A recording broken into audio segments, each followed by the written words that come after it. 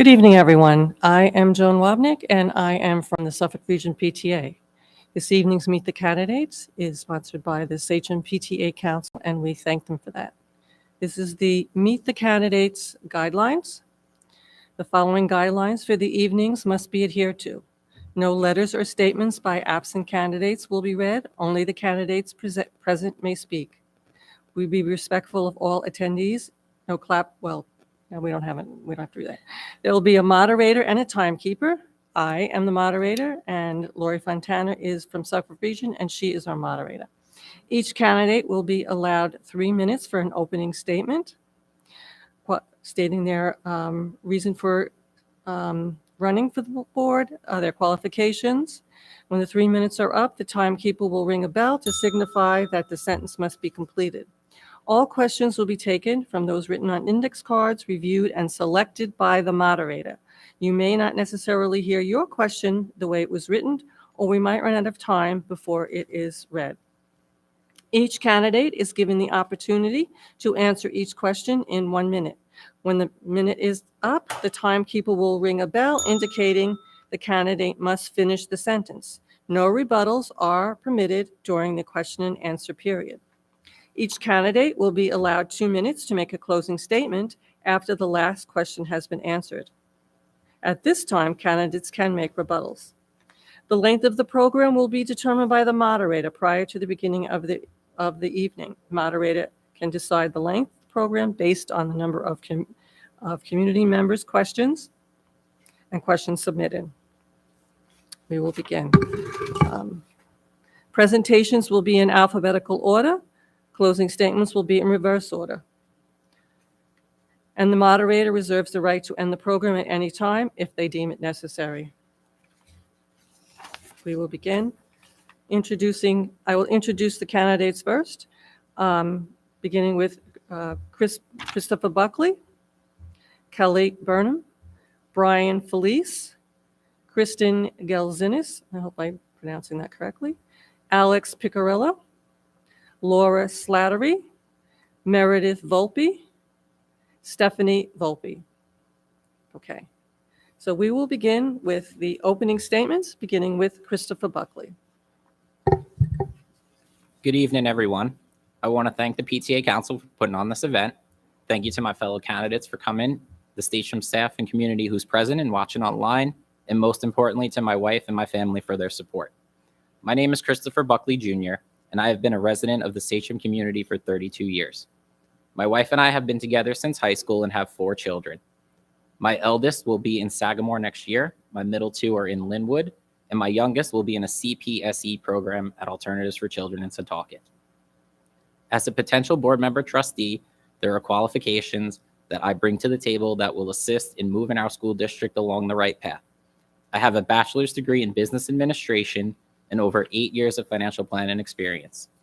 Not only am I the owner and operator of a local family-owned business, but I've also sat on the Linwood PTA, been on the legislative committee, as well as co-chaired the 5th grade committee.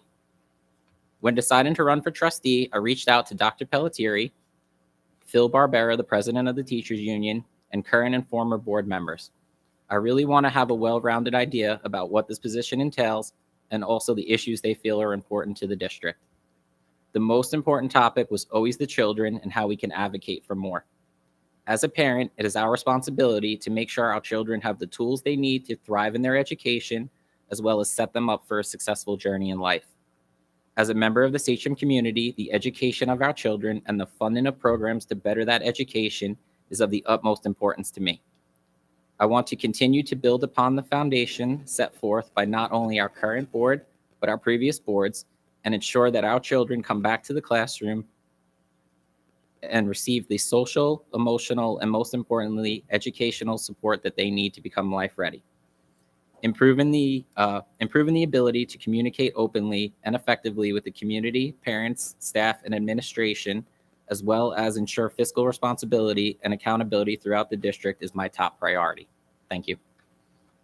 Thank you. Kelly Burnham.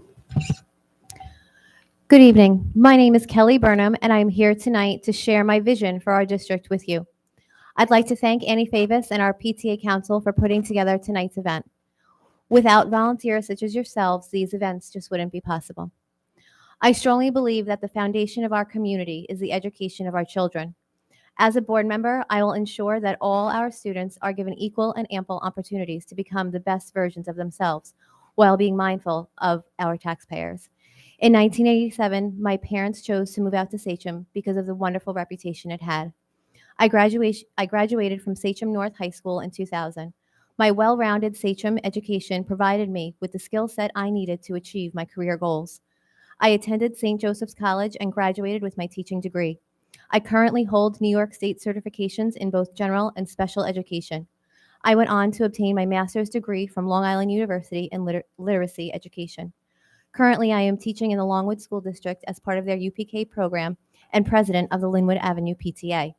My husband and I chose to raise our family here in Sachem, in the Sachem community, for the very same reasons my parents had back in 1987.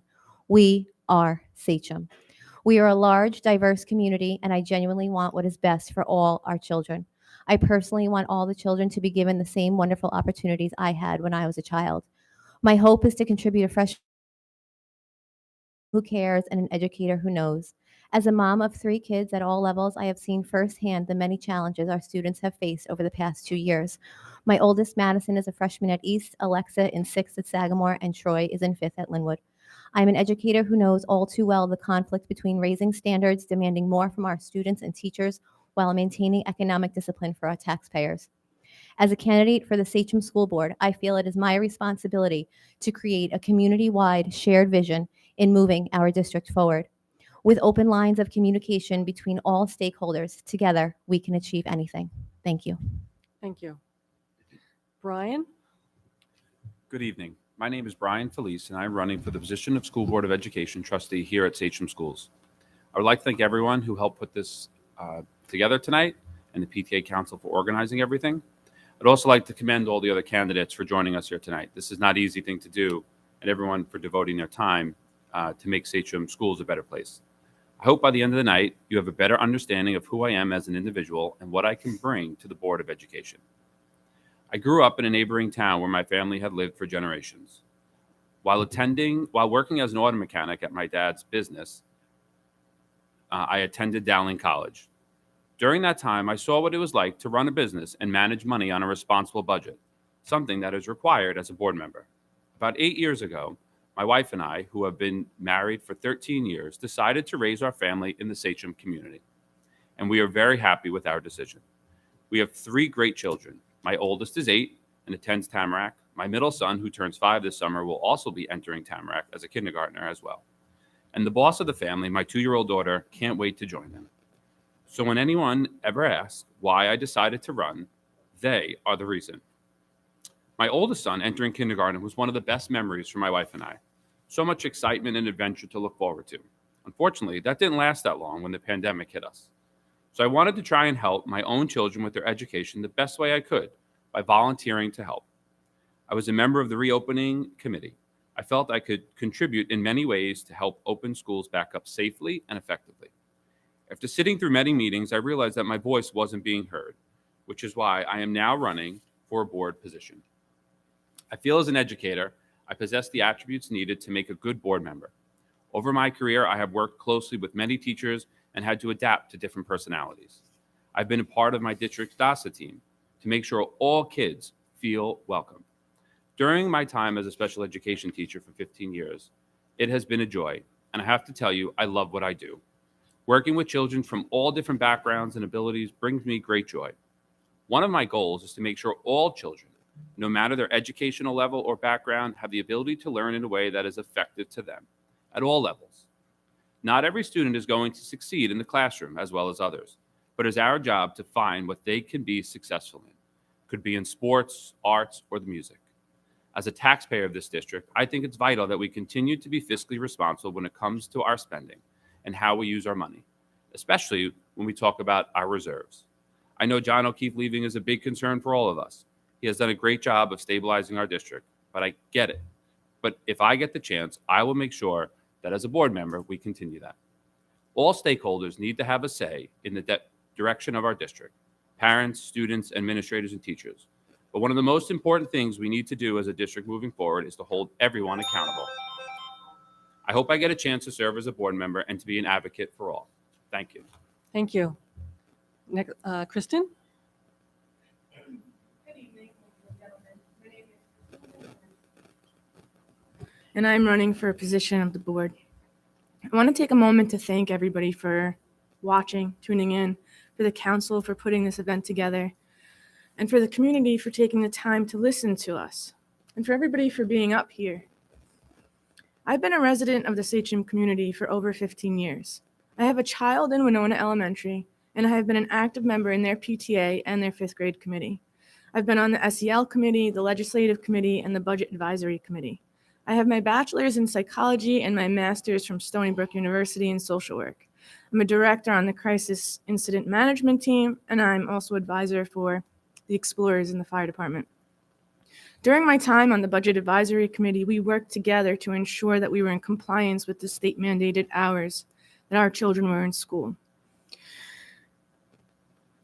Now that this is going to be implemented, I'd like to make sure that we are able to oversee how those days work out for our kids. If they're getting the types of classes that they need, if the teachers are having enough professional development. And as we come out of COVID, now more than ever, we see our kids feel isolated. They're not in good emotional health. I'd like to expand the SEL committee, the SEL program, implement more counselors. And we can do that if we work together. If our kids aren't in good emotional health, their academics suffer. I'm running for Board of Education because as far as Sachem has come, we still have a lot of work to do. I have a solid understanding of the school budget. I have a solid understanding of the issues we face, and I've dedicated myself to advocating for children and families within our community. I'm passionate about the education and the future of our children. If elected, I will continue to advocate for all children.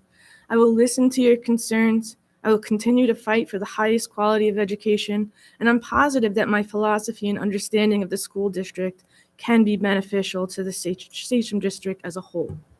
Thank you. Thank you. Alex? Good evening. First, I'd like to thank Annie Favis and the PTA Council for not only setting up this wonderful event, but ensuring that it is live streamed so our hardworking community can watch from home. My name is Alex Picarillo. I am a lifelong resident of the Sachem community and proud third-generation Sachem alumni. After graduating Sachem, I received my bachelor's in English literature and secondary education from St. Joseph's College. Currently, I am finishing up my master's at Stony Brook University. I am running for the Board of Education because while we have done such amazing work the last 3 years, the work is not done. I want to make sure that every student is afforded every opportunity, both academically and extracurricularly, that students in surrounding districts receive. When I first ran for the board, I saw a district that I love, that I am an alumni of, falling behind in every aspect: morale, technologically, safety, and the opportunities that the students received. I am proud of all of the work that has been done. The safety upgrades in the vestibules and the cameras, the infrastructure projects, the technology upgrades, the Chromebooks that every child has, the Wi-Fi throughout the district, and all of the upgrades to the music, art, and sports facilities. I am such a proud alumni, and I want to ensure that Sachem is a place where everybody wants to live and raise their family. I look forward to answering all questions submitted by the community tonight. Thank you. Thank you. Laura? Thank you. Good evening. Thank you, Annie Favis and PTA Council for hosting this event to give our community the opportunity to get to know the candidates running for the Board of Education. I would also like to thank all the other candidates running. Being a board trustee can be difficult at times, and it's also not easy to campaign and put yourself out there. I appreciate your willingness to volunteer your time for our community. My name is Laura Slattery, and I have lived in the Sachem community most of my life. I married the boy who took me to prom, my husband, Michael, and we are currently married 32 years. We wanted to raise our family in the Sachem district, so we bought my grandparents' house, the house my grandfather built, in Wisconsin. I am the proud mom of Mary Kate, a Sachem 2012 graduate, and Michael, aka Slats, a 2014 graduate. I recently retired from the title insurance industry after 37 years. 7 years ago, I decided to run for the Board of Education for many reasons. One of the most important being my concern over the direction our district was headed due to significant financial issues. In my son's senior year, we faced massive cuts to programs, staff, even kindergarten was threatened. The Samoset Auditorium was filled with community members fighting each other to preserve what each thought was most important. It was a very upsetting time, and I, for one, never wanted to see it happen here again. Due to the commitment and work that began in 2016 with administration and the board, we have now been able to fully fund our reserves and gain financial stability, which is the key to all the improvements that happened after. I was proud to support our shift to whole child education and social emotional learning, which continues to thrive in our buildings. In March 2019, our Smart Schools Bond, with the help of Assemblyman Doug Smith in our legislative committee, was approved, which is what led to the technology and security improvements happening throughout our district now. Prior to running for the board, I was an active community member belonging to PTA, SEPTA, booster clubs, and many board committees. I attended board meetings regularly and was a CSE parent member. During my tenure on the board, I continued to remain on many committees as a board liaison. As both board president and trustee, I always considered a collaborative approach to be the best approach. I realized that every decision made will have a different impact on students, teachers, staff, and the taxpayer. So although I cannot always promise to make everyone happy, I believe that is impossible.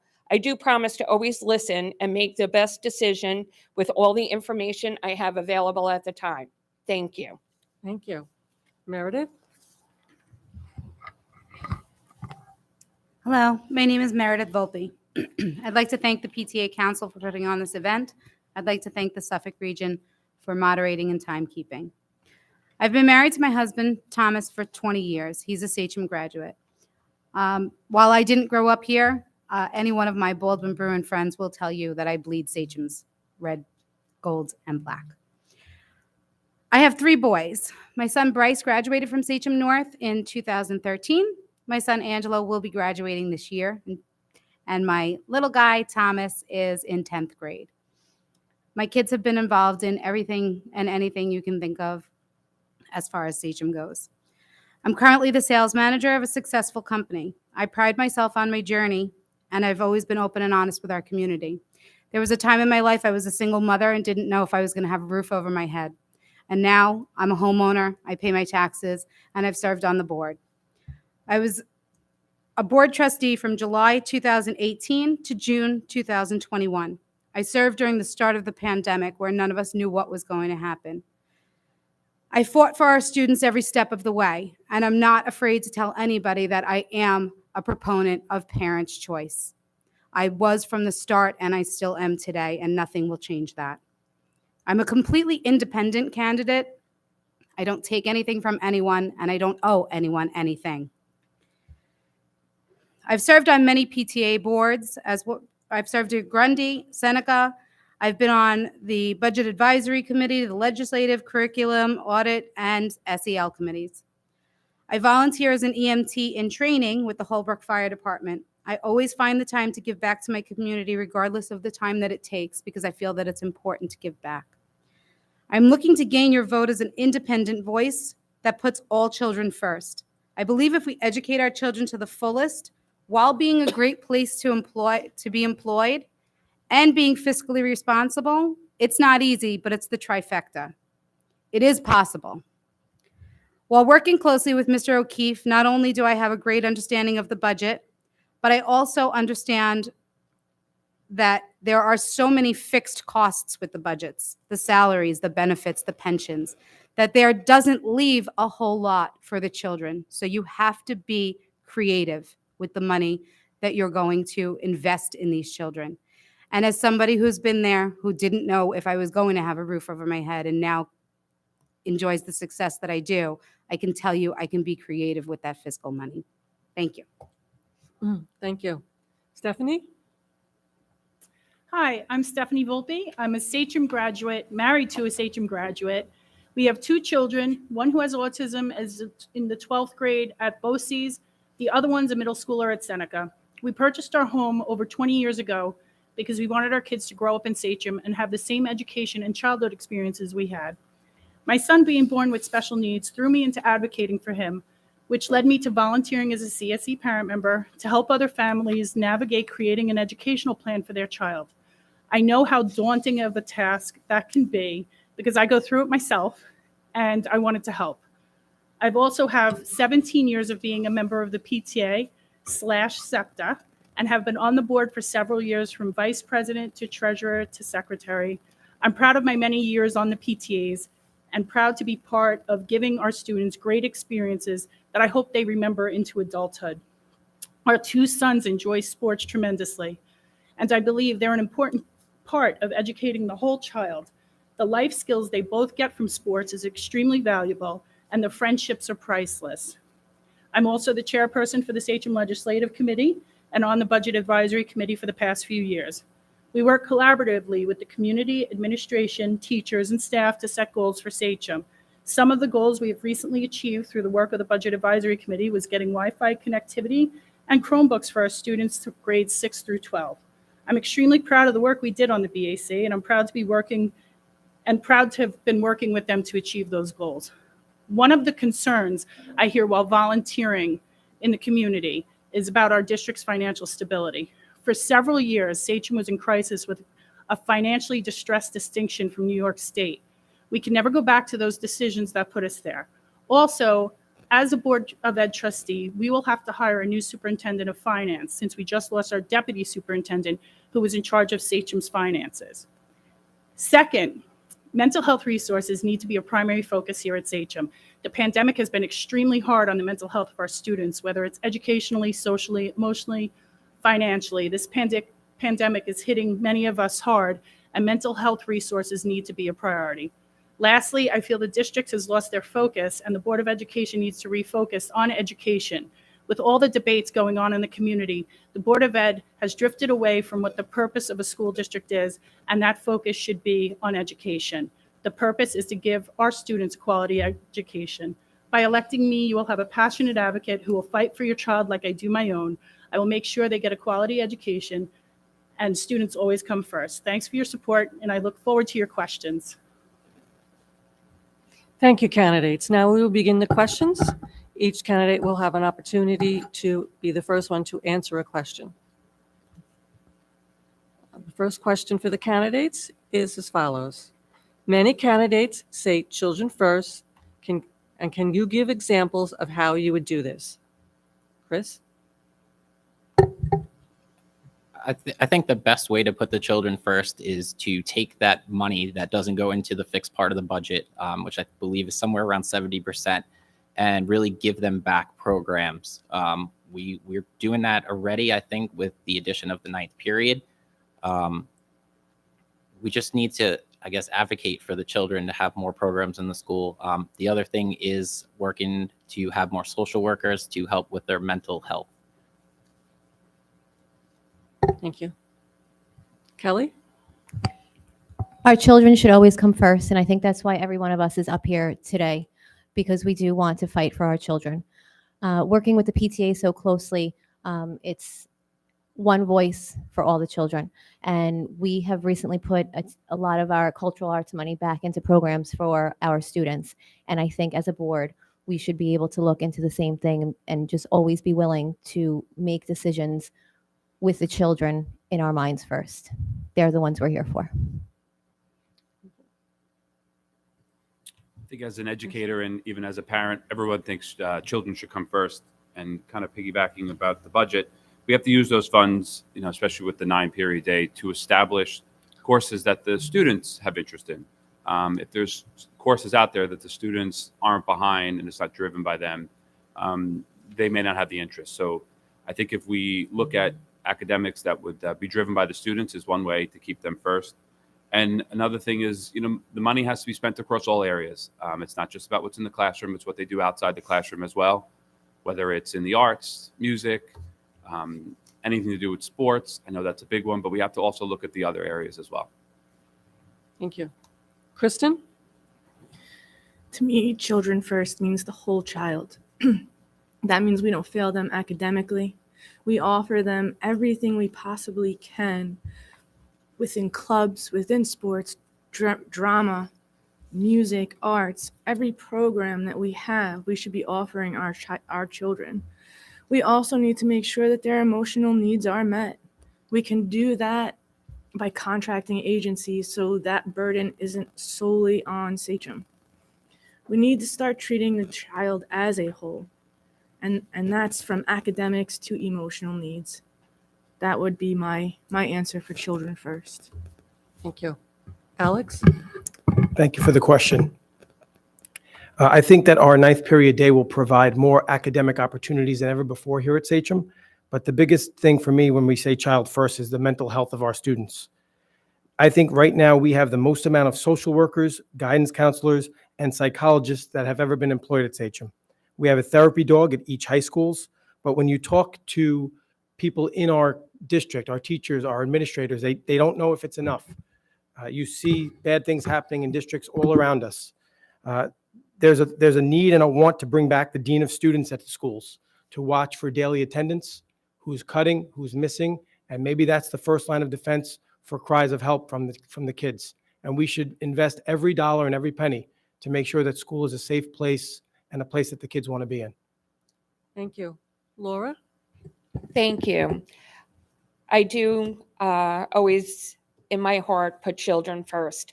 Prior to becoming a board trustee, I was a CSC parent member and advocate.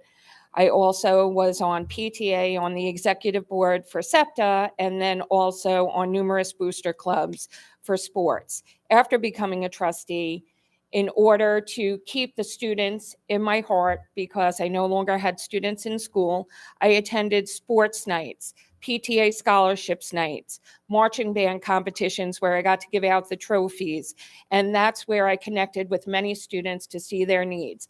I was the one who pushed for the shift to whole child education here at Sachem, along with social emotional learning. I always believe it is our job as trustees to put our children first. Thank you. Thank you. Meredith? So the question is give some examples of how you would do this.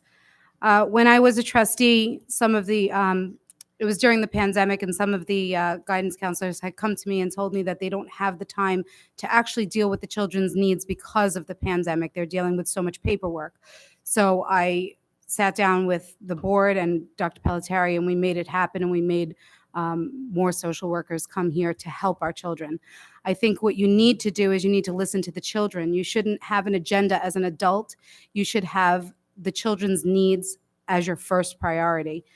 All kids aren't made from cookie cutters. They're not the same. They're very diverse. They're very different from one another. But what they all have in common is that they are children, and they're not just mini adults. Their needs are very different, and we need to hear them and listen to them and put them first. Thank you. Stephanie? Putting children first, I think we need to start with the basics. One of the issues that has been a concern throughout my living here is class size. I think if we address the class size and make it smaller to match some of the other respected districts in the area, that would help children immensely. We see a lot of children struggling, the middle of the road students who kind of need help but kind of don't. And I think that class size would be the first thing I would address to make sure we're putting children first. Thanks. Thank you. The next question is, what do you believe is the role of a school board member? Should Board of Education trustees be involved in day-to-day administrative decisions? And we will begin with Kelly. My apologies, but due to unforeseen circumstances this evening, I'm going to have to excuse myself. I do wish all of the candidates up here tonight the best of luck, and thank you, everybody, for your time. Thank you. Then we will go to Brian. If at any time you need the question repeated, please feel free to ask. Could you repeat that? I'm sorry.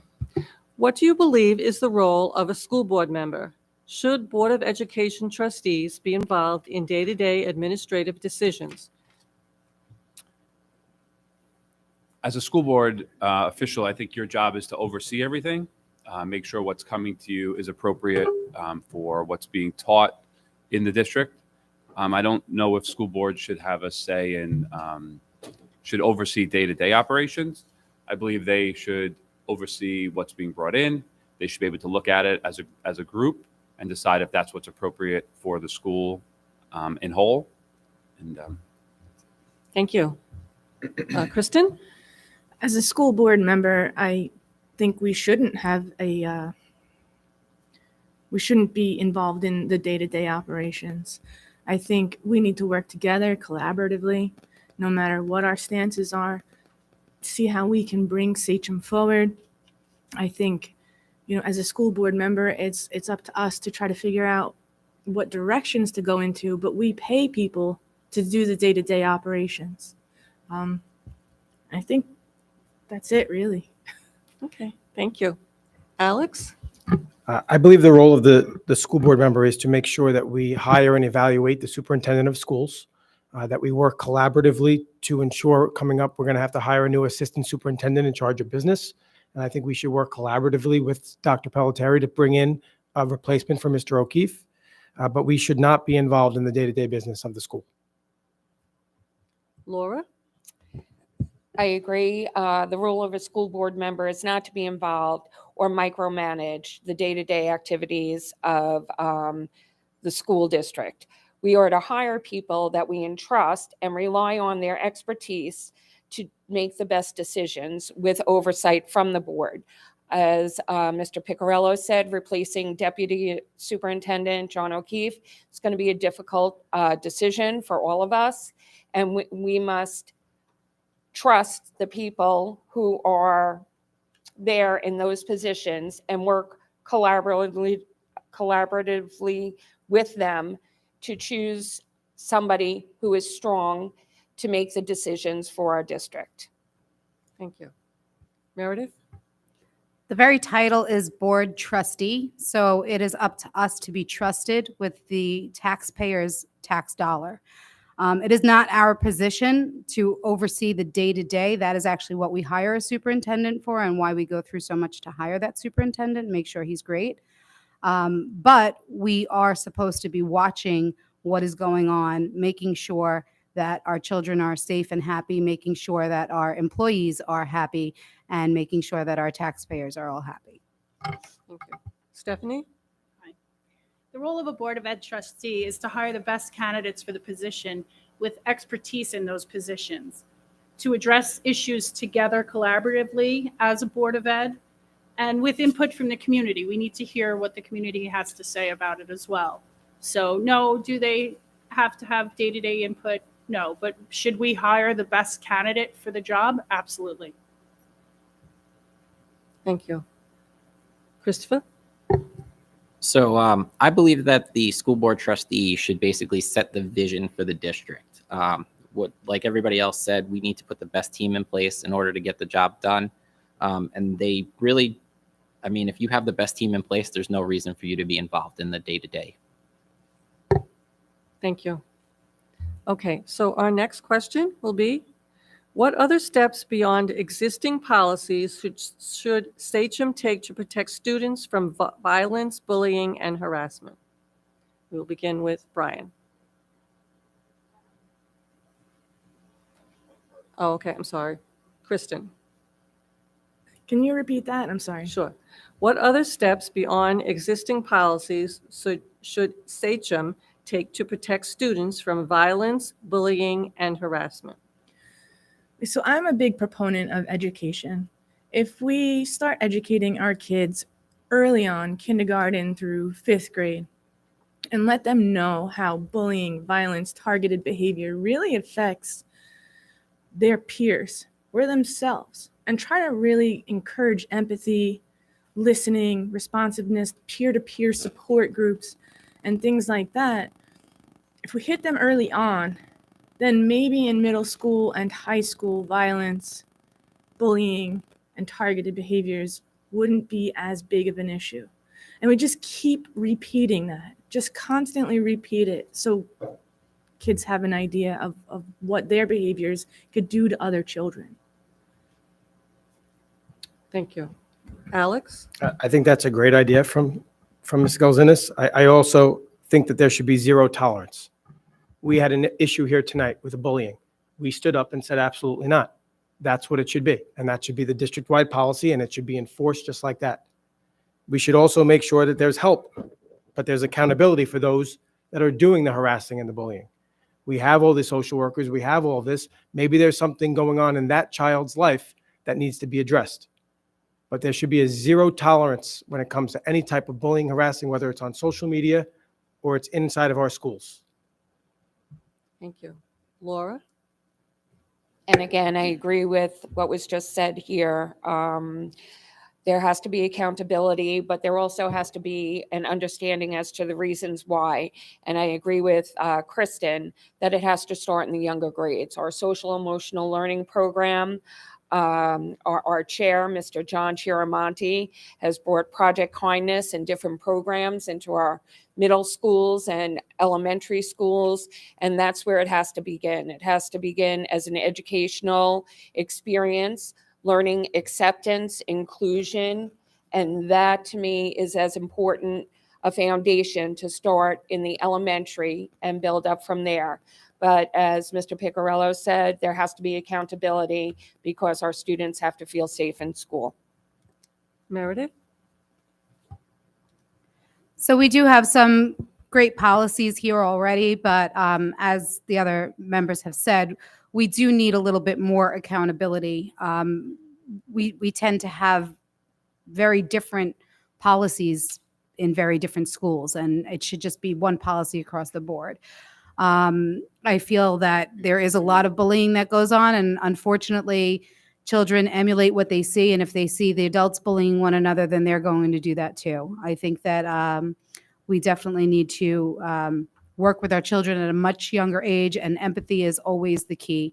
If they see exactly how it makes one another feel, then they're going to realize that it's not the right thing to do. Thank you. Stephanie? The district does a pretty decent job holding people accountable, in my opinion, right now. What I've seen in some situations just recently happened at East, where the extreme cases seem to get a little bit out of control. I would like to see that addressed in a better way.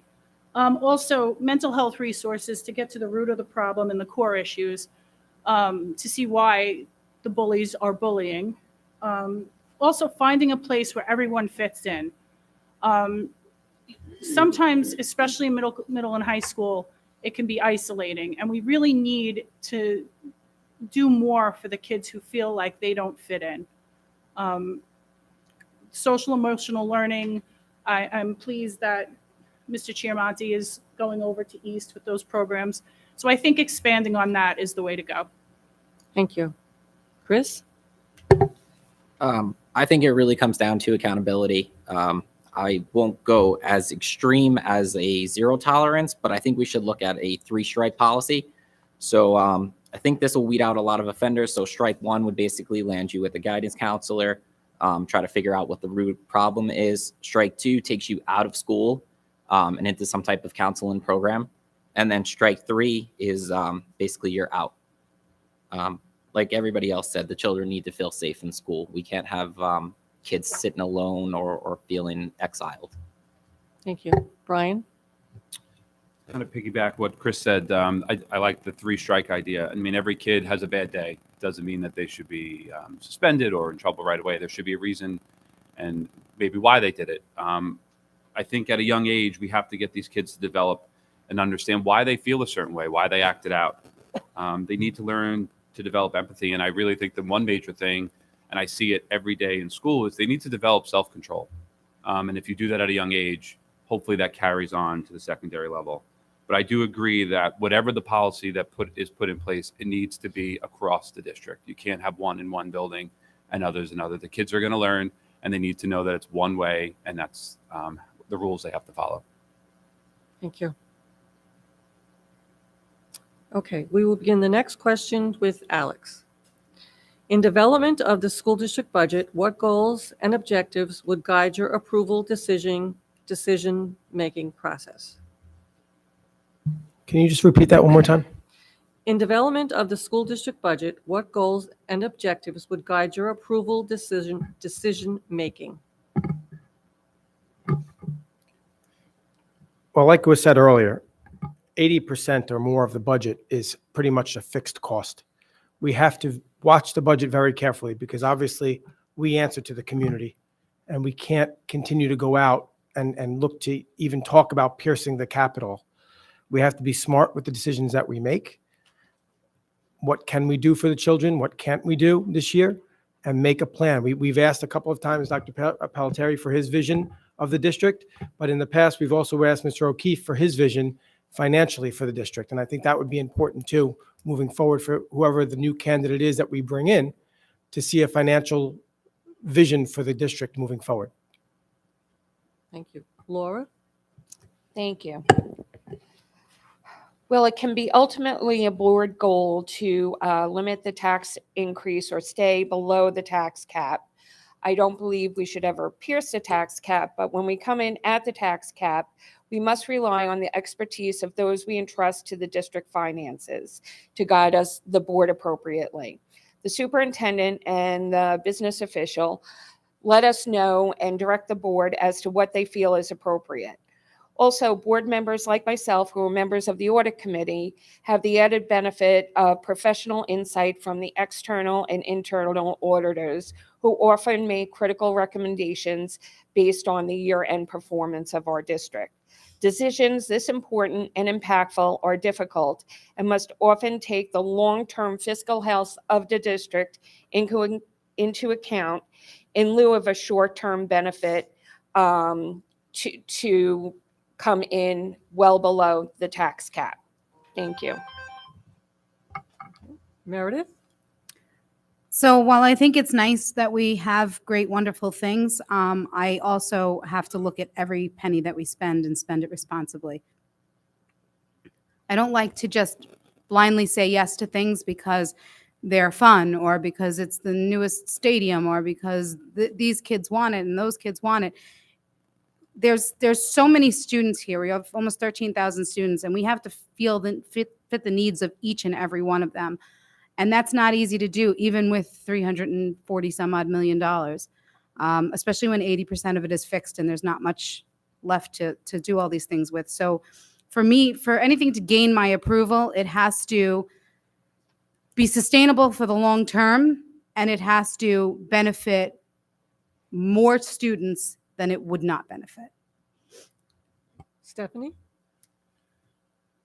Part of our role as being a trustee would be to protect the taxpayer while providing a quality education for our students. I think the past few years we've done that extremely responsibly by staying under the tax cap and keeping a healthy reserve. Having a financially stable district benefits not only the school district and the students, but the community as well, with keeping property values up and all of that. So I think first I would ask, is the budget sound?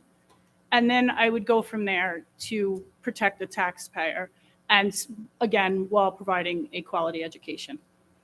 Thank you. Chris? Can you repeat the question?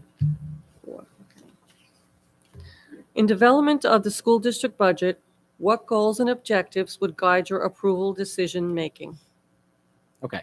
So obviously the children are most important to me. So the programs that are going to have the greatest impact to the most amount of children are the ones that I would seek to get approval. Thank you. Brian? Goals and objective for a budget, I think, as everyone has kind of said, it all has to revolve around the students.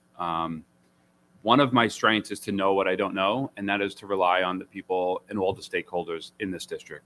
And that's the students, that's administration, those are the parents, and those are the teachers. Those are the people that need to give us the input to find out what we really need to spend that amount of money, that allotted money we have. And it needs to go that will address the major needs in the district, all while keeping a quality education for everyone. I think the other thing we have to do, everyone throws out the word reserves. We have to be very smart with our reserves. We can't just use them to function a day-to-day operation with them. So those would be the budgets those would be my goals and objectives. Kristen?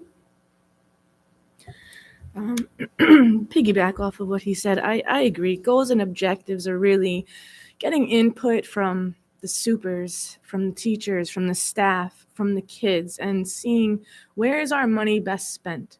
What Alex said is 80% of our budget is already accounted for. Speaking about reserves, we can't rely on that money. Otherwise, we become reliant on that money, and that's why we wind up in trouble.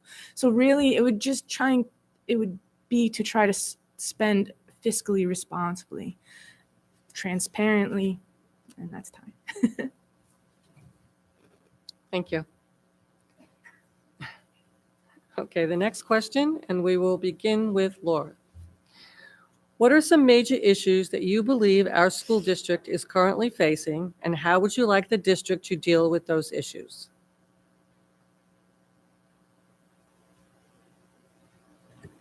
So has already addressed here, one of the major issues that we're now going to face is replacing our deputy superintendent of business.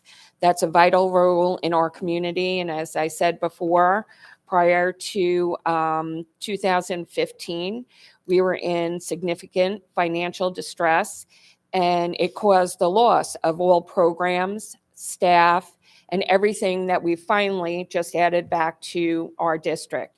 We're adding a 9-period day next year. That is a big expense added to our budget line. We have to make sure that it is sustainable because, as the others have said, if you continue to take out of reserves to fund your day-to-day expenses, eventually you have no reserves left. And that's what ended us in crisis last time. So I would think that's one of the major issues that we're facing now. Meredith? So first and foremost, May is Mental Health Awareness Month, and I believe that mental health of our children has to take priority. It should have taken priority years ago, but the pandemic has thrown us into a point where we really need to make this really top of mind for everyone. The next thing is going to be replacing John O'Keefe. I know we keep all saying his name, but his loss is tremendous for this district. He brought us from the brink of bankruptcy to having almost $50 million in reserve. And I don't know if everybody realizes just how important that is and just how important the 9 people that sit at this dais every other week are. Those are the 9 people that can make or break your entire school district. And those are the 9 people whose votes count. They're the only 9 people out of the 40,000 of you whose votes count. And that's extremely important. Thank you. Stephanie? There's no question that our financial future needs to, as a district, we need to hire a competent deputy superintendent to handle our finances. With that said, we've gone through a really life-changing pandemic. Our children are suffering because of it. So are a lot of our adults. As a CSE parent member, in the 17 years I've been doing this, I've never received as many calls as I have from parents desperate for mental health help for their children. It's in the past 2 years, it's probably been between 20 and 30 parents reaching out to me for help, and I've never had that happen before. So it needs to be a priority here at Sachem, and I feel it's bigger than we even can imagine. So that needs to be addressed immediately. Thanks. Thank you. Chris? I think as we all talk about keeping the budget fiscally responsible, replacing John O'Keefe is probably going to be the biggest job that we're going to have as a board trustee. What are we going to do when the funds from COVID run out, when the government is not sponsoring us anymore and we have to use those reserves for day-to-day operations? It's imperative that we find the best candidate to replace him, and I think that's going to be the biggest job for us. Thank you. Brian? Can you just repeat the question? I'm sorry. What are some major issues that you believe our school district is currently facing? How would you like the district to deal with those issues? I kind of to piggyback what everyone said, I think the social emotional needs of every student is kind of at the forefront, and unfortunately was brought on by the pandemic. I think we need to continue to build those programs. You have to understand, and we have to learn why things are happening. Look for the signs, as others have mentioned. And replacing John O'Keefe, I think, is a big one. I think finding someone that can manage a budget the way he has over the past few years has been great. But I have trust that whoever the community votes for will find that candidate, if we're on the board or if it's the current board that's there now. And then in the background, you can't forget that we are still, in the background of the whole idea of masking and vaccines in districts, and that's something that's going to be brought up. I think hopefully not, but it could be something that is brought into the district. Thank you. Kristen? So I think some of the major issues that we're facing is the educational gap that our kids will have due to COVID. And how are we going to address that? The social emotional impact of coming out of this pandemic. Even before the pandemic, our kids needed help. We were in a position to do that, and hopefully we can get that done as a board, within the next few years.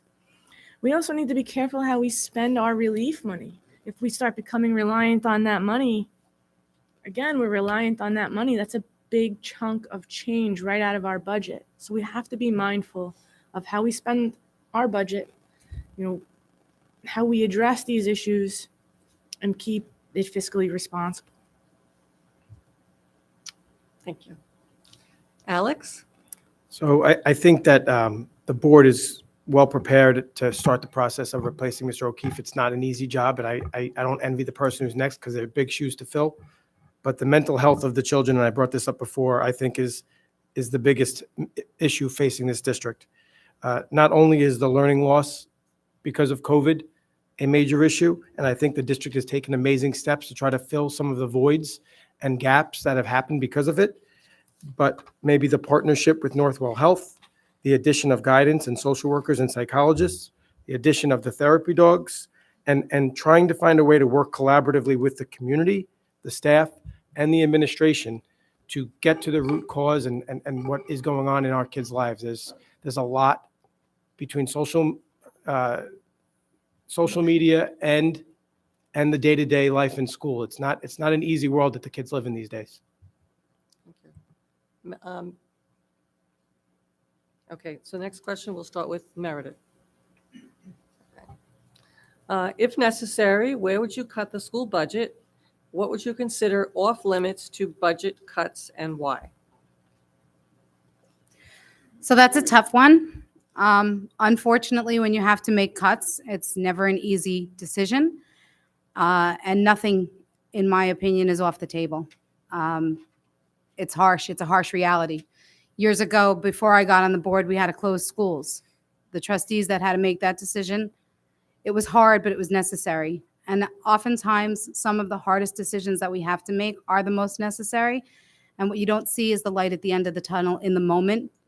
But I do believe that I would look at every aspect of the budget and find ways to be as creative as possible. I can squeeze a dime out of a penny. So I think I would just look everything over and nothing is off the table. Stephanie? I'm a firm believer that we should never be in the position to cut programs that directly affect our kids. So a healthy budget should have, the priority should be programs to our kids and then trickle down from that. A perfect budget doesn't exist, but a properly planned for budget and with someone projecting into the future, cuts like we've seen in 2013 should never happen. And I promise if I'm on the board, that would never happen again. So I wouldn't be comfortable cutting anything that directly impacted the children. Chris? So nobody ever likes to talk about making cuts to the budget, whether it's your own personal life or especially with the school district. But I feel like some of the things that are untouchable are any of the educational programs. Unfortunately, extracurricular activities are the ones that I believe will have to be cut. We can't sacrifice the education of our children. Thank you. Brian? I think that would probably be one of the most difficult decisions a board member would have to make, is cutting a budget and figuring out, who loses out. Kind of what everyone said. You don't want to really pull away from what the children need. If you have a stable budget from year to year, you should never really be, hopefully, in that situation where you have to make major cuts. But again, you have to put education first, and that would be my goal if I was on the board. Kristen? To piggyback off of what Stephanie and Brian said, is a good planned budget should be sustainable. So hopefully we can work together as a board to continue to have a sustaining budget where we don't have to make these hard decisions. I would hate to have to cut any kind of extracurriculars or really anything. I just wouldn't want to be put in that position. I'd have to sit down with we'd have to sit down with the accountants, with everybody, and see, where cuts could be made if necessary. I don't know. Thank you. Alex? I wasn't there when there was gap elimination and there was major cuts that had to be made, and I pray that doesn't happen again. But I would say that we would try to limit the amount of cuts to all academic and extracurricular opportunities for the kids. But before we cut anything, I know that this board, at least the last 3 years, we've put out a very balanced budget, a very fiscally responsible budget. And I think if we continue to do that, we shouldn't have to. But if we ever had to, I'd like to think that we all get in a room and stay here until the sun came up before we cut anything, and found ways and creative ways to ensure that everybody had every opportunity possible. Laura? It was only 1 month after I was sworn in 2015 that our auditors let us know the dire state our district was in. We had 16,000 left in reserves. That September, we were faced with making drastic cuts to everything. We really had no choice because, as many of us have said here, there are things that are set in stone that you can't cut. So everything was cut, from custodians to personnel, every area, and it was not good. So since then, we have made a very strong effort for the past 6 years to come in with a budget at the tax cap, put money every year in reserves to regain our financial stability. So we hopefully will never end up in that situation again. So for 6 years, it has been our goal to never end up again where we were faced with 16,000 in unassigned reserves, not being able to face payroll. Thank you. Thank you. Okay. We will begin with Stephanie. How do you feel about remote learning, and do you support Zoom from class? Can you repeat the Zoom part? It says, do you support Zoom from class? Zoom from class? Yeah, so if I would Okay. think that. Okay. I'll answer the remote learning part, and then the Zoom from class, I don't, if the student's Zooming from class, I don't support that. But if it's a teacher Zooming from class, I guess that's I think different. they mean the teacher would Yeah, be Zooming okay. from class. Remote learning has its uses. It makes learning accessible when children are sick. If we're judging it off of the past couple of years, there's a lot of issue with it. It's an extreme struggle for children with special needs. They need to learn in school with their peers. Some needs hands-on hands. I know my son, who's an average student, he struggled as well. So am I a fan in an emergency situation? Yes. Do I think we could improve on it? Yes, tremendously. Thank you. Chris? So the programs that we've had in place for remote learning did not work very well. I'm going to start off with that. So based upon that, I don't believe that remote learning works. I think children need to be in the classroom. I think they need that social aspect where they're with their friends, where they interact, because going to school is, yes, academics are important, math, science, and all that stuff, but the social aspect of being in school is also very important for a child's development. Brian? The remote learning that we experienced here at Sachem was kind of thrown onto the teacher's lap, and I have to take a second just to commend every educator out there that had to do it, because it wasn't easy. I did it myself. I'm sure some of you had to, and you were on the other end of it as a parent. It has its place. I don't find that it should be in grades K through 12. As others have said, kids need to be in person. They need that socialization. They're on their iPads, they're on their video games enough where that in-person feel they need. You can address so many more things that they have, especially the students who have special needs. They need that interaction. They need to have hands-on learning experiences. And you can't give that, as great as the teachers you are, as great as the programs are. You don't get that through remote learning or Zoom from class. Thank you. Kristen? I think remote learning is a necessary means to an end. We were thrown into a situation where the other alternative was no education at all. Could it have been done better? Absolutely. When we went back and some of our kids were still remote and hybrid and stuff like that, it took a few months, but they got it down a little bit better than the year prior. It is necessary, honestly. It does provide access for kids who wouldn't normally have access for a plethora of reasons. And we'd be lying to ourselves to think that everybody has access or the same type of access. And maybe that's not in Sachem, but it is around the world. So yes, I do support remote learning. I think it could be done in a way that is effective, as long as it is done in a way that is effective and efficient, and it doesn't fall on every teacher that's also in the classroom. That's important too. Thank you. Alex?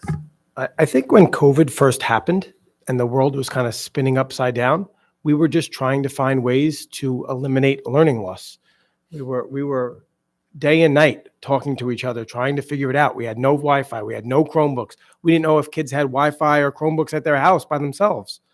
So during the height of the pandemic, we just wanted kids to be either face-to-face in class with their peers. And if that wasn't possible because we were shut down, we wanted them to at least be on the computer with their peers.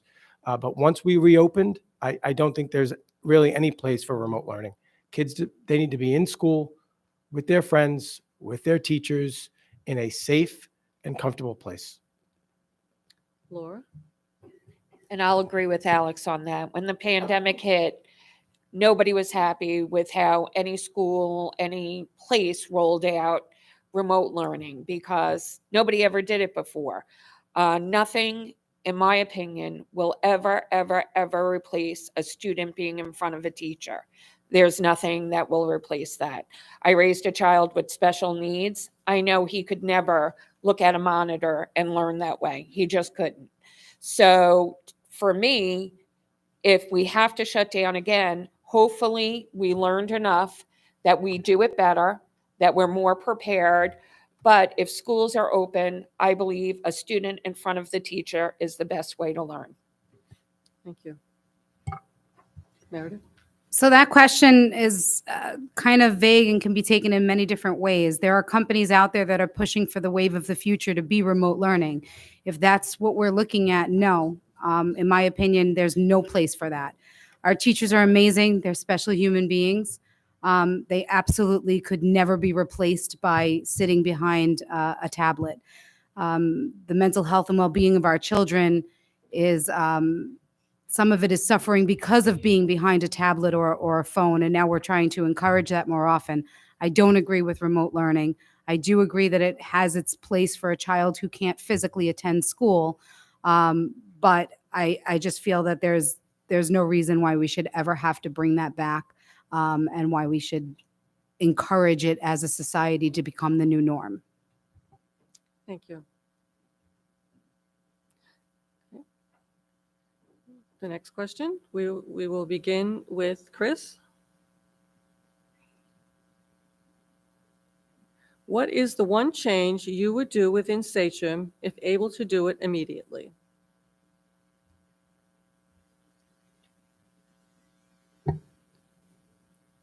So the one change I would make, if we could do it immediately, I think I would try to implement the 3-strike program that I spoke about before. I think we need to stop the bullying.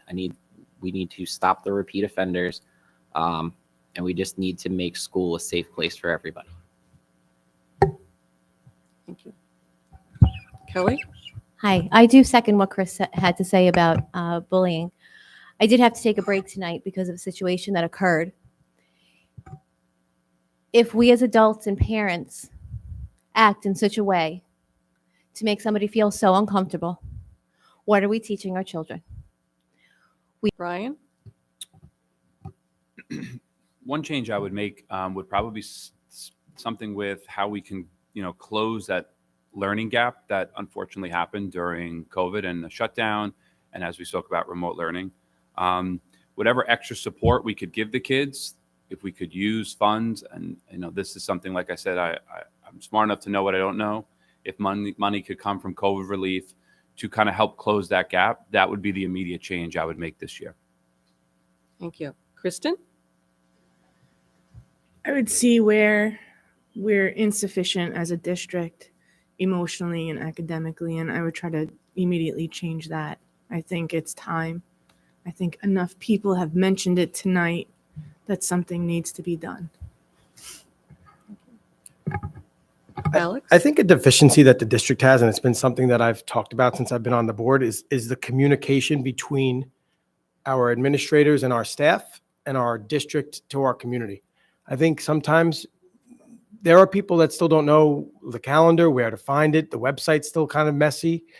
One person knows school's closed, one person doesn't know school's closed. When are the events? What's going on in our district?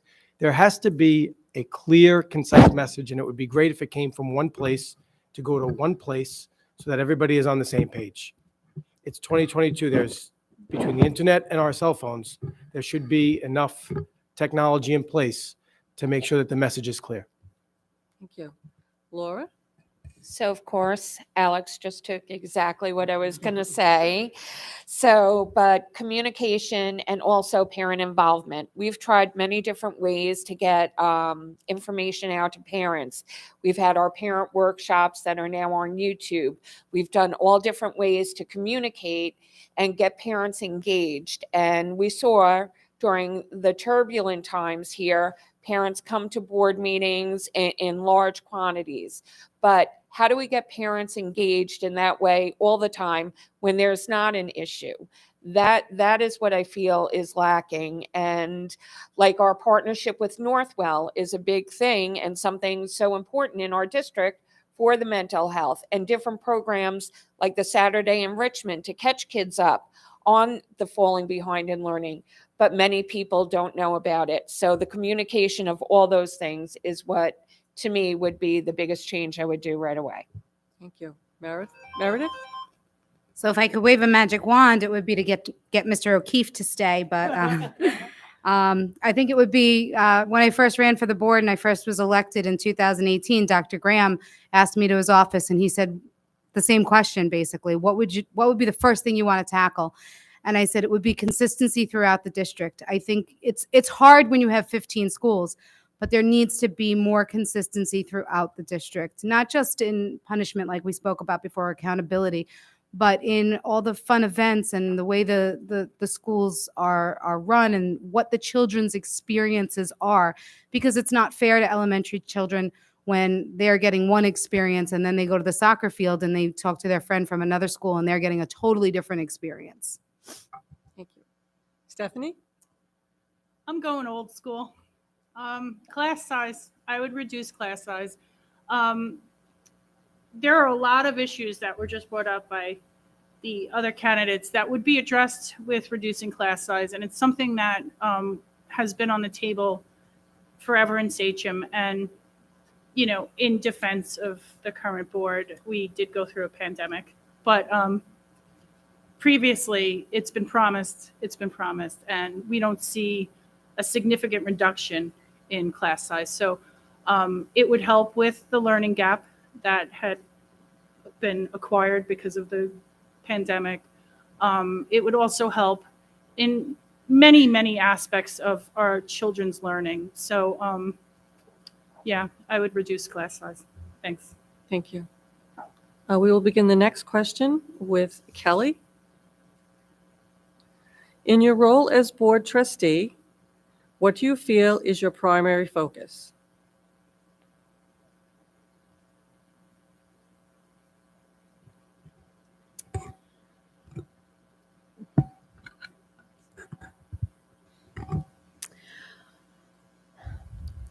I feel there are several educational priorities or values as a board member coming in.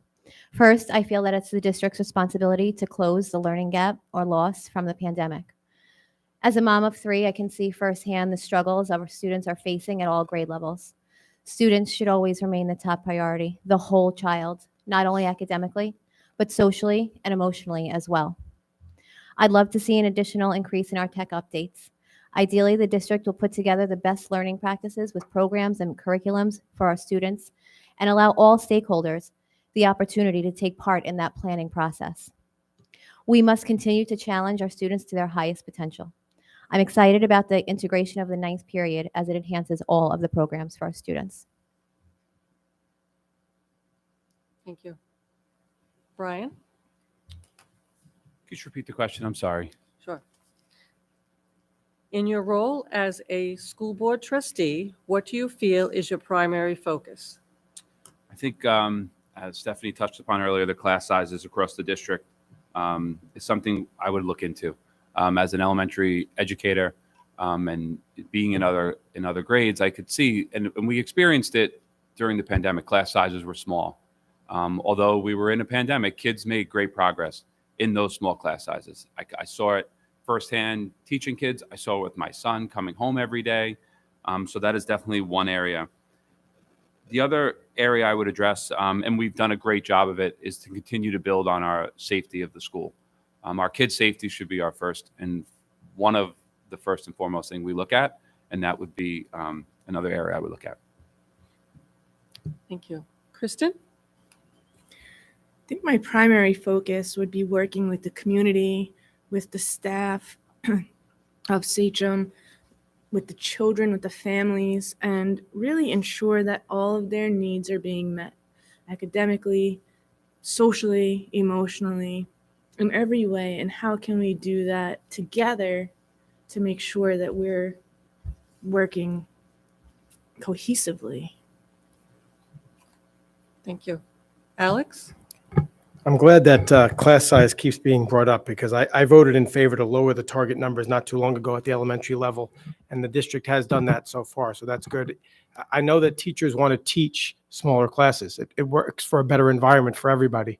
But when you're watching the budget, everything comes with a cost, and to be able to stay at or under the cap, we can't reduce class sizes to 15 or 16 because everything is a cost. I agree with Kristen that working collaboratively with the staff, the administration, with the community. My personal issue is that I try to make everybody happy, and that usually gets me into more trouble than just making decisions. So I am going to continue to try, and I want to make sure that everyone's needs are met as we move forward here in the next 3 years. Laura? Can you just please repeat the question? Sure. In your role as a board trustee, what do you feel is your primary focus?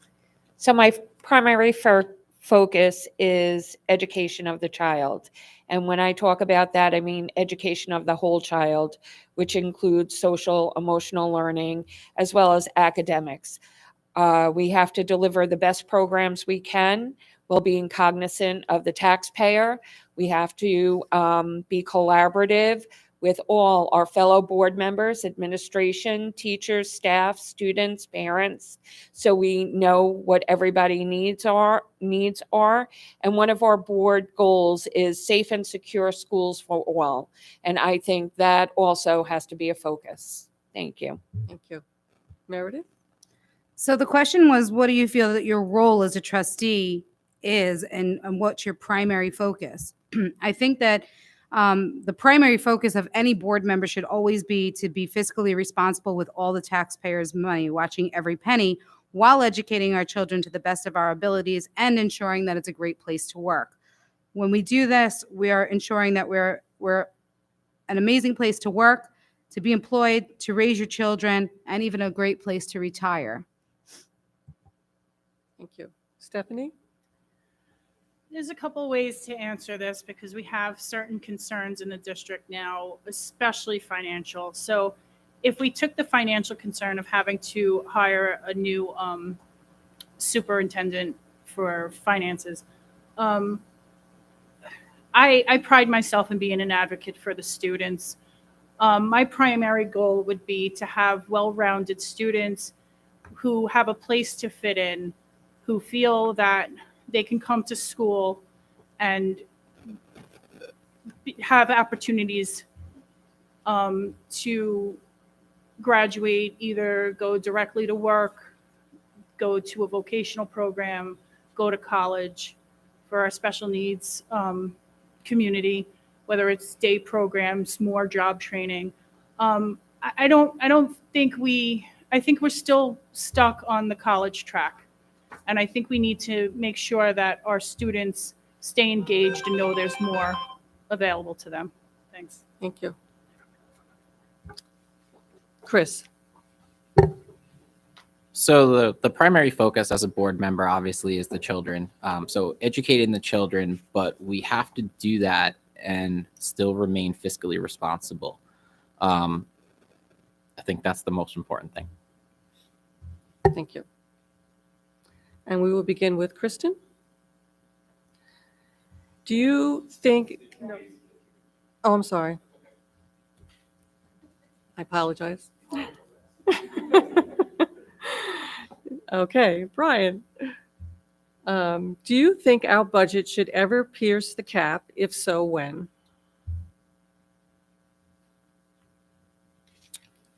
As a taxpayer, my answer to that would be no. But when you sit up here, it's a completely different lens, something that I would hopefully get a chance to do.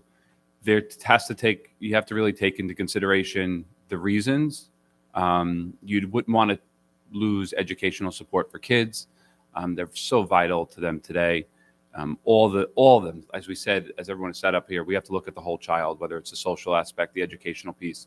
If piercing the cap meant those things were still in place, it would be a really tough decision. But we would work, as Alex said earlier, till the sun came up to figure out a way to not pierce the cap and put that on the taxpayers. Thank you. Kristen? Yeah, I would just piggyback off of what he said. As a taxpayer, it's really hard to justify increasing our taxes on purpose. If we didn't sit in a room till the sun came down and tried to figure out how to get a dime out of a penny, as Meredith put, then we shouldn't be piercing the cap quite yet. You know, we need to be creative. I would never want to lose programs either, so I hope we're never in that situation. That's it. Thank you. Alex?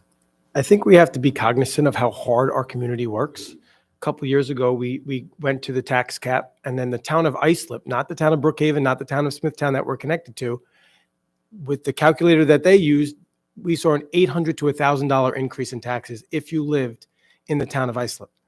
And social media blew up, and my email blew up, and my phone blew up. It's all on the school.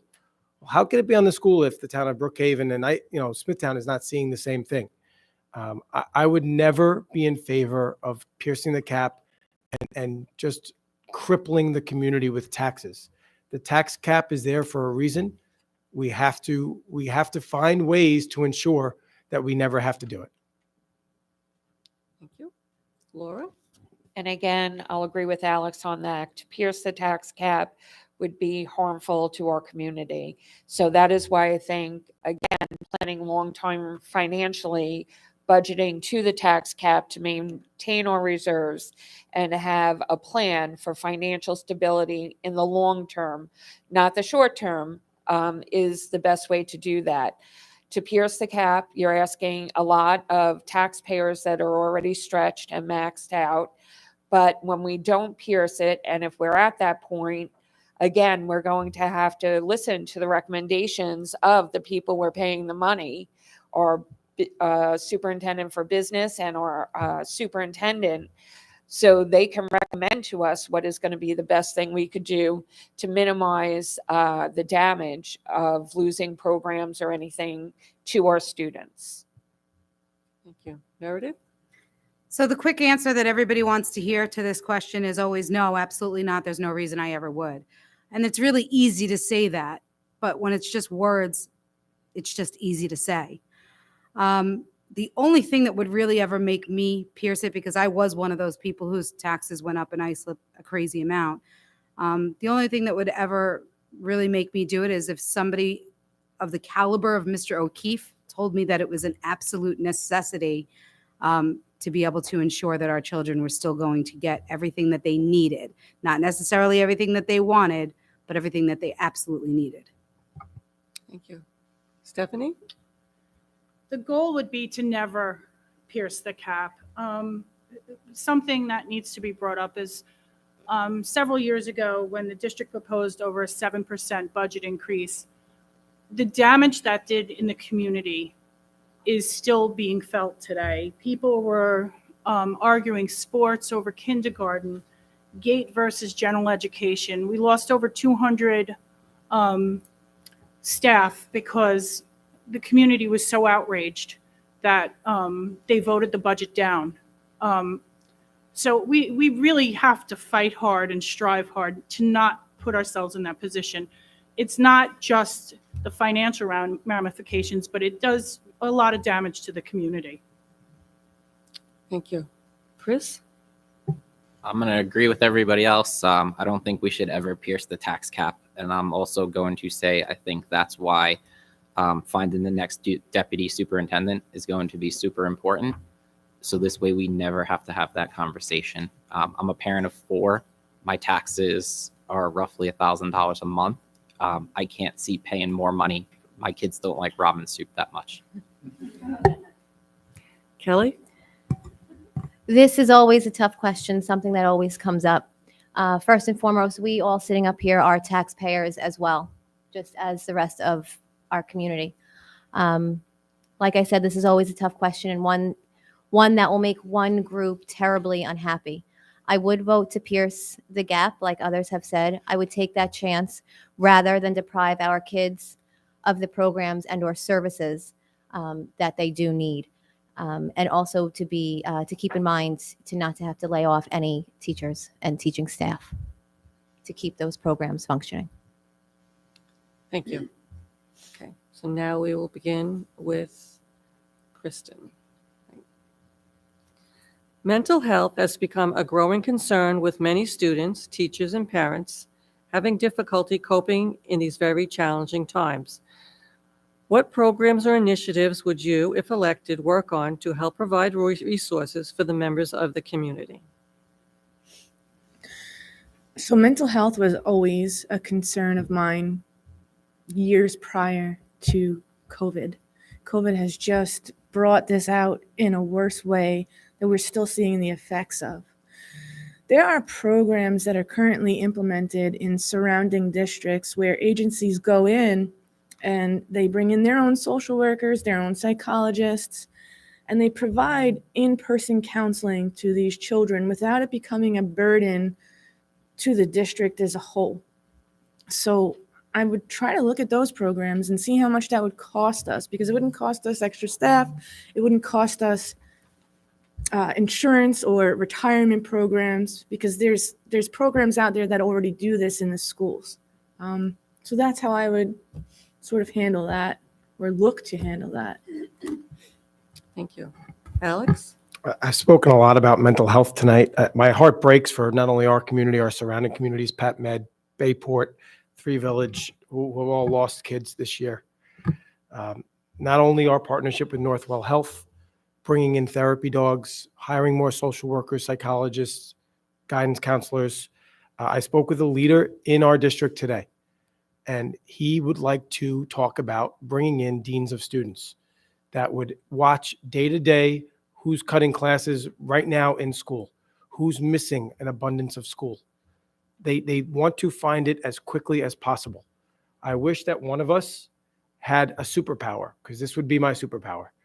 As bad as things are, for kids to feel like this is the end and this is what needs to be done breaks my heart. Because I as bad as, as rough and turbulent as my life was growing up, I never felt like that. And I just feel so bad for these children and the families now that have to live with this lasting impact that they've created. Thank you. Laura?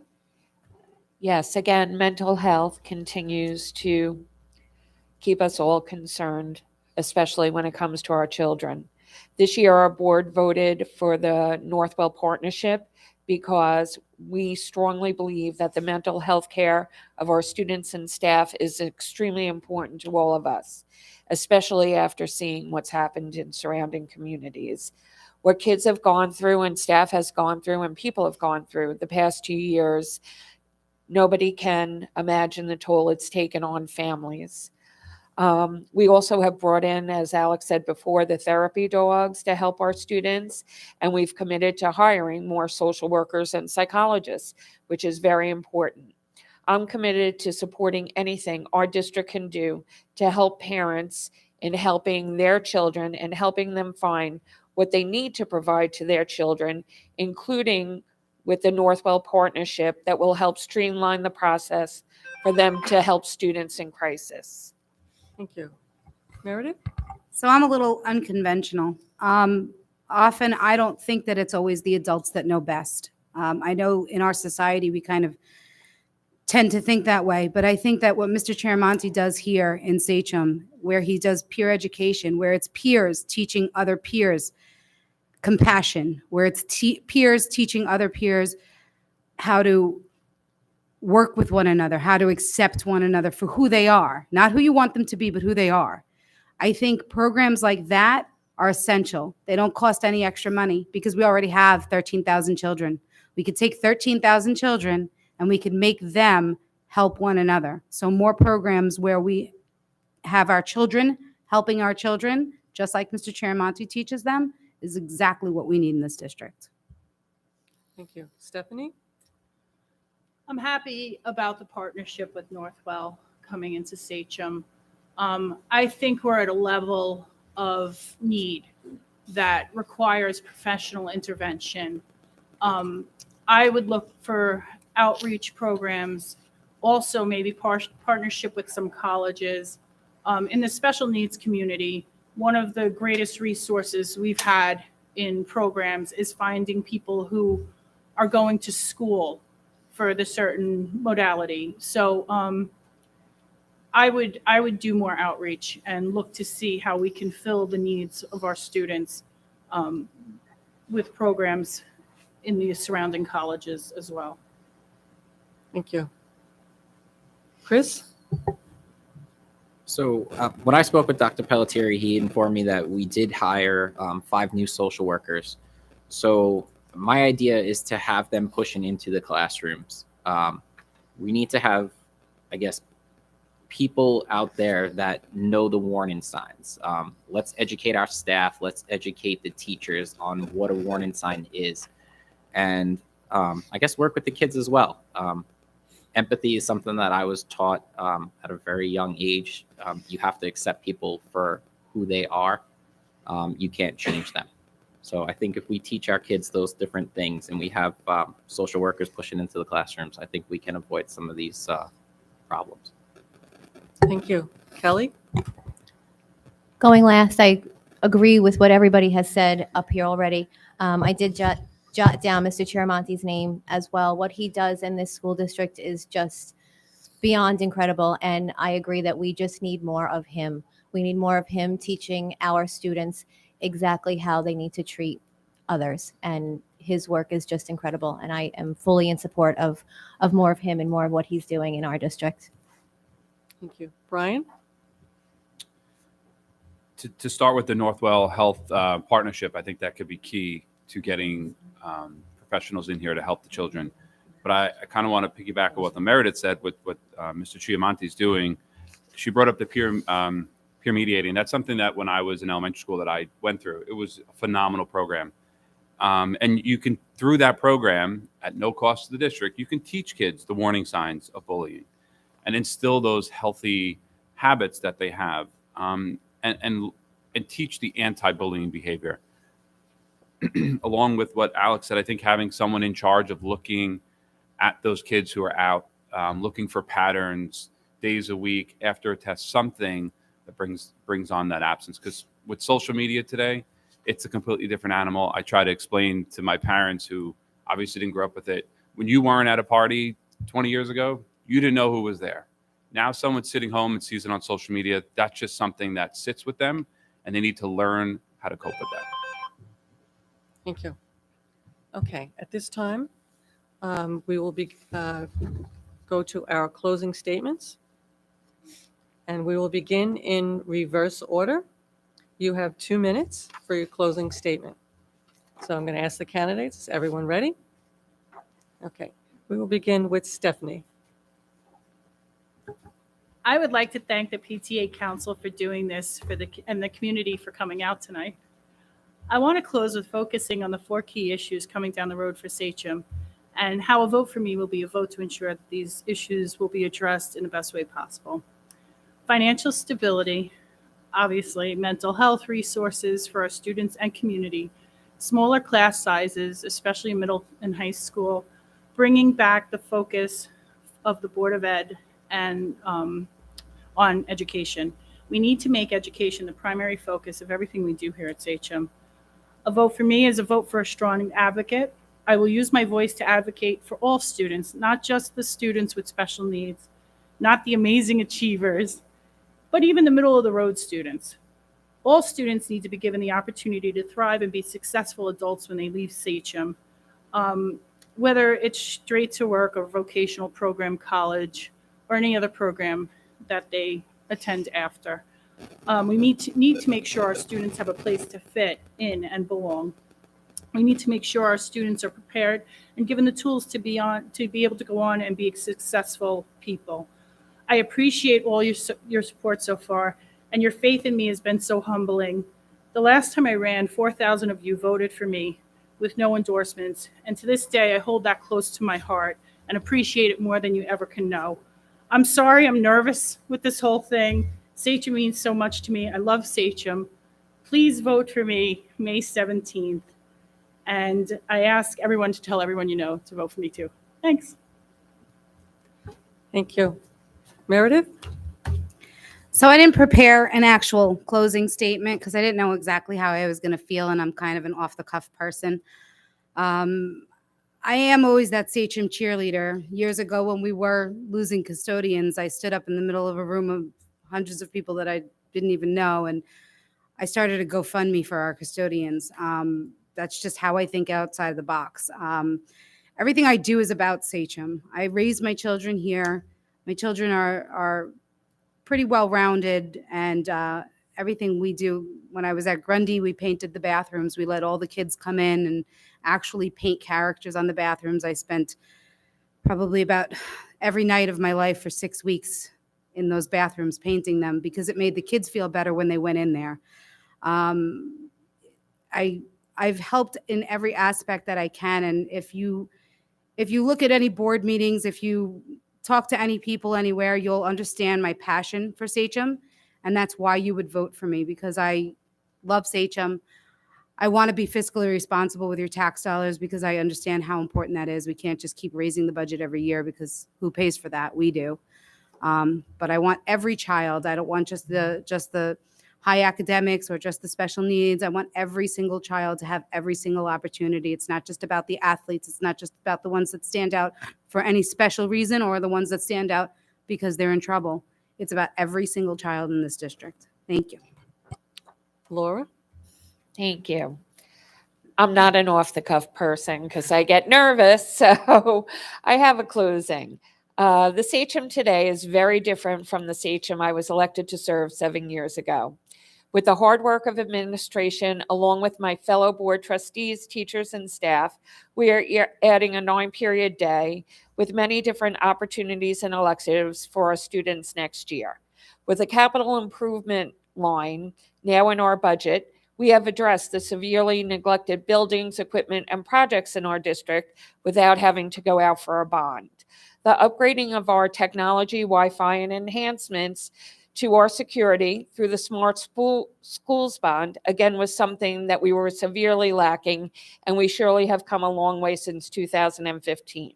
Although at times it's been extremely difficult, especially these past 2 years, I have experienced so much satisfaction knowing that I was part of the team that put Sachem on a path for a brighter future, starting with building reserves and gaining our financial stability. During my time on the board, I've loved attending numerous events, including sports nights and the Honor Society inductions. My favorite, the Disability Awareness presentation, plays, concerts, athletic games, and my other favorite, graduation, to support our students and staff. While we have made many improvements and enhancements, there is still much more work to be done. I want to thank our administration for your vision and plans to keep Sachem on this path. I also want to thank our Sachem community, our teachers, and our staff for all your support of me during these past 7 years, and I ask for your continued support when you vote on May 17th. I would love the opportunity to continue to do the work that we have started to make Sachem the best it can be. Thank you. Thank you. Alex? I just tried to jot some stuff down because I didn't know we were allowed to bring anything prepared. But, I love this community. My family moved here back in the 1950s. I'm a third-generation graduate. It's a community that always rallies in the time of great tragedy. Not having children yet, I chose to run to give back to a community that has given me so much. When faced with an issue or decision, I have a clear lens. I don't worry about how making a tough decision might impact my personal child. In the last 3 years, I have listened to the community. I have tried to work with fellow board members to fix certain deficiencies. If reelected, I will continue to be an advocate for all children, work on the level of communication between all stakeholders, and continue to be fiscally responsible. There's been a lot of talk about Mr. O'Keefe, and he really has done an amazing job. But I'm so proud that this board brought in Dr. Pelletieri. He's an amazing leader. He's compassionate. He's empathetic. And I believe that his leadership will lead us into the next 3, 5, 10 years of this community. Thank you. Thank you. Kristen? First of all, I want to thank everybody for listening tonight or tuning in, giving me the opportunity to voice some of my thoughts and my positions. If elected, I will continue to listen to your concerns. I will continue to work hard for this community. I will continue to advocate for our children. I will try to implement programs and address the whole child. Make sure we're offering a well-rounded curriculum.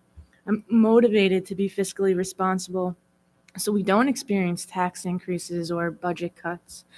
I'll work on complete transparency and support positive teaching strategies. Also, educational programs that lead to improved student achievement. We are at a critical turning point, and I want to make sure we head in the right direction. Thank you for your time tonight, and good luck to everybody. Thank you. Brian?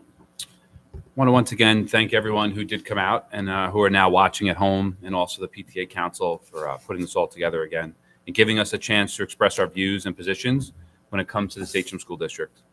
Over the past month, I've had an opportunity to talk to many different people across the community, whether it was on a baseball field or at a bus stop, everyone with a different view on how Sachem should move forward.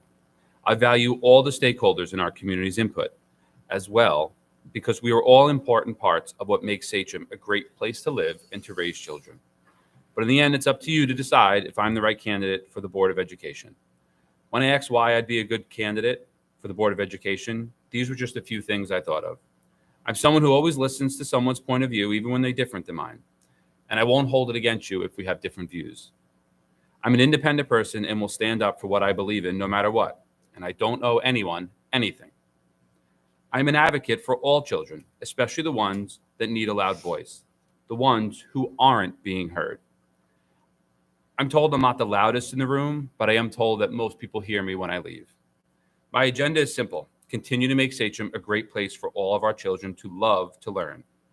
Over the next few years, we may be faced with some difficult decisions, but it's my goal to continue to make Sachem as fiscally responsible as we can while providing an education that supports all of our learners and working hard to establish a taxpayer-sensitive budget. Finally, my goal is to improve communication within the district at every level, because everyone in this district should feel that their voice is being heard. Thank you. Thank you. Kelly? I'd like to take this opportunity to thank all the community members for tuning in to tonight's event and for the questions you've presented to us. I'd also like to thank the candidates that sit beside me tonight for volunteering your time for our district and our community. This year, I'm running with 7 others for 4 board seats. It is so nice to see the amount of care and concern the candidates have shown and the interest from the Sachem community with this election.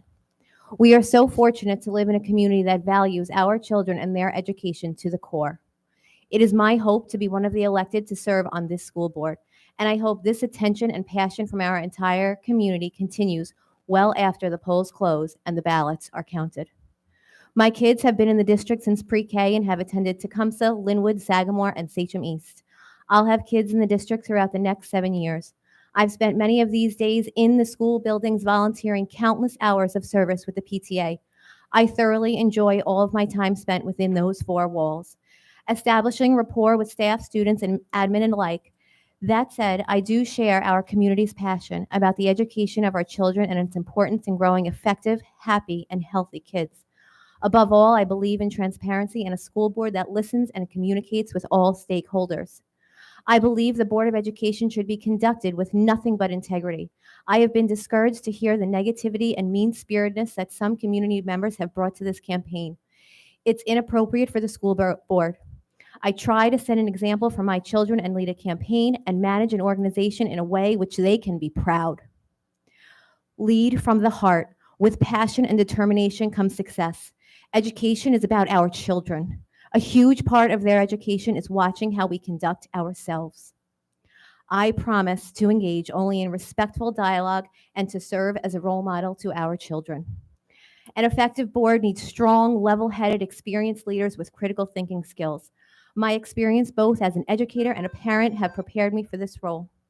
My heart is in this community. I am a proud product of Sachem. I have been rooted here for 35 years and remain committed to us and our children. Thank you. Chris? First of all, I want to thank everybody. I want to thank all the candidates. It's not easy to get up here and put yourself and your whole life in view of the public. So thank you, everybody. I'm going to keep it short and sweet. I know it's almost 9 o'clock, time to go home. So just want to let everybody know my number one priority is to make sure that our kids and the kids in the district are college and career ready while remaining fiscally responsible. That's all I have. Thank you. Thank you. At this time, that is the conclusion of our evening. I want to thank the Sachem PTA Council for having this event this evening, and I want to thank all the candidates for taking the time to share your experiences and your view with your community. And I wish you all the best. Thank you. Thank you.